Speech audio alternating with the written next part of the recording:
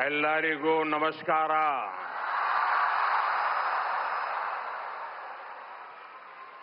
जय श्री कृष्ण. जय श्री कृष्ण. जय श्री कृष्ण. मैं अपनी बात बताना शुरू करूं उसके पहले यहां कुछ बच्चे चित्र बना के ले आए हैं. जरा एसपी जी के लोग और लोकल पुलिस के लोग मदद करें, उसको कलेक्ट कर लें. अगर आपने उसके पीछे अपना एड्रेस लिखा होगा तो मैं जरूर आपको धन्यवाद पत्र भेजूंगा.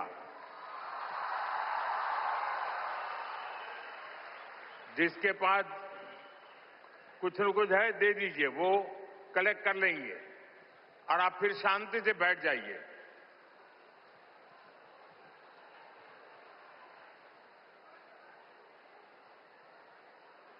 ये बच्चे इतनी मेहनत करते हैं और कभी कभी मैं उनके साथ कभी अन्याय कर देता हूं तो दुख होता है मुझे.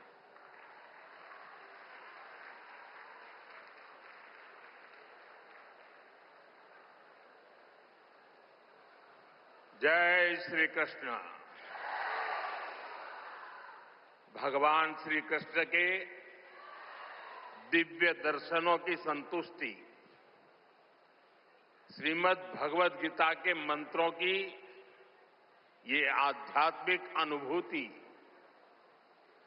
और इतने सारे पूज्य संतों, गुरुओं की ये उपस्थिति मेरे लिए परम सौभाग्य है.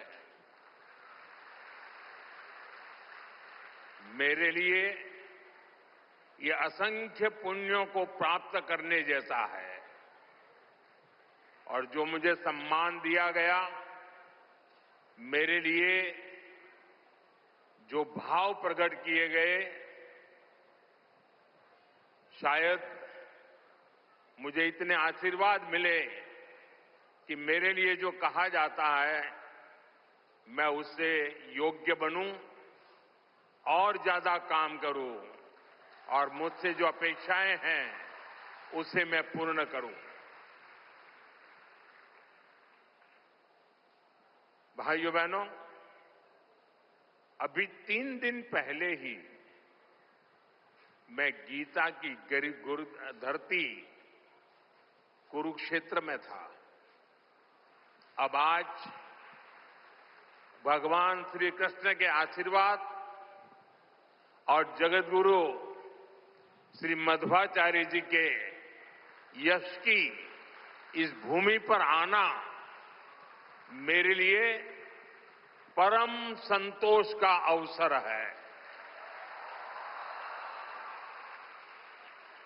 आज के इस अवसर पर जब 1 लाख लोगों ने एक साथ भगवद गीता के श्लोक पढ़े तो पूरे विश्व के लोगों ने भारत की सहस्त्र वर्षों की दिव्यता का साक्षात दर्शन भी किया है. इस कार्यक्रम में हमें आशीर्वाद देने के लिए पधारे हुए श्री श्री सुगुणेन्द्र तीर्थ स्वामी जी, श्री श्री सुशींद्र तीर्थ स्वामी जी, कर्नाटका के गवर्नर थावरचंद गहलोत जी, केंद्रीय मंत्रिमंडल के मेरे सहयोगीगण, राज्य सरकार के मंत्री, सांसद, विधायक, उडुपी के अष्टमठों के सभी अनुयायी, उपस्थित अन्य संतगण, देवी और सज्जनों, कर्नाटका की इस भूमि पर यहां के स्नेहीजनों के बीच आना मेरे लिए सदा ही एक अलग अनुभूति होती है. और उडुपी की धरती पर आना तो हमेशा अद्भुत होता है.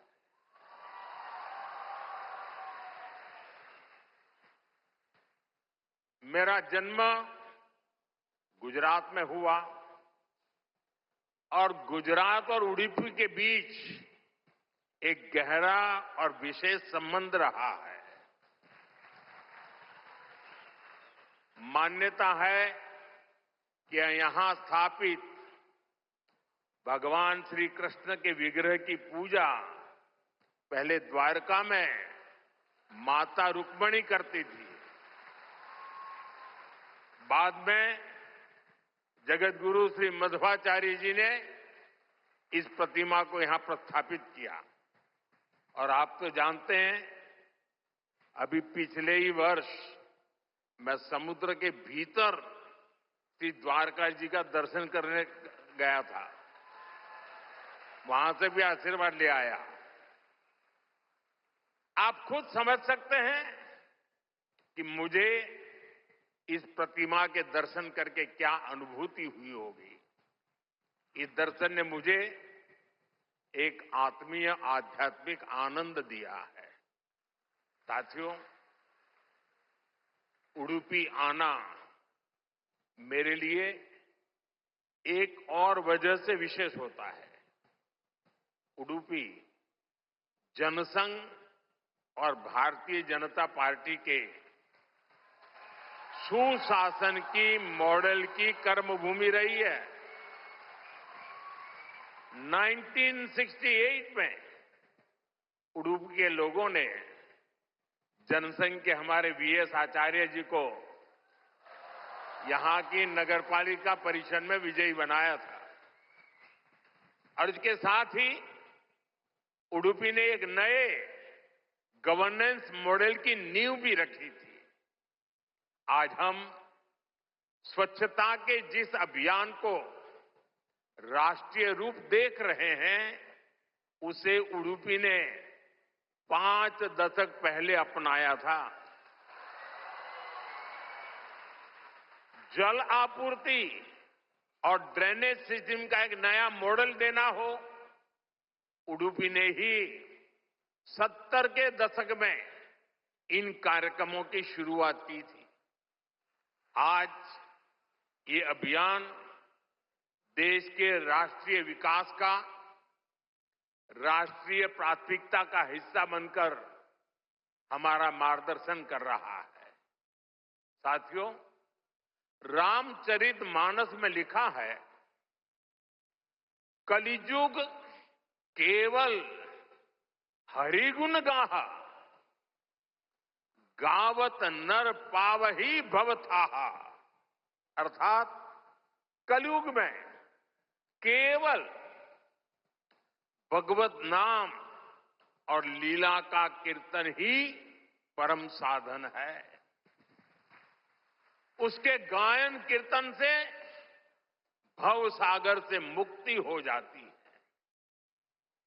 हमारे समाज में मंत्रों का, गीता के श्लोकों का पाठ तो शताब्दियों से हो रहा है, पर जब 1 लाख कंठ एक स्वर में इन श्लोकों का ऐसा उच्चारण करते हैं, जब इतने सारे लोग गीता जैसे पुण्य ग्रंथ का पाठ करते हैं,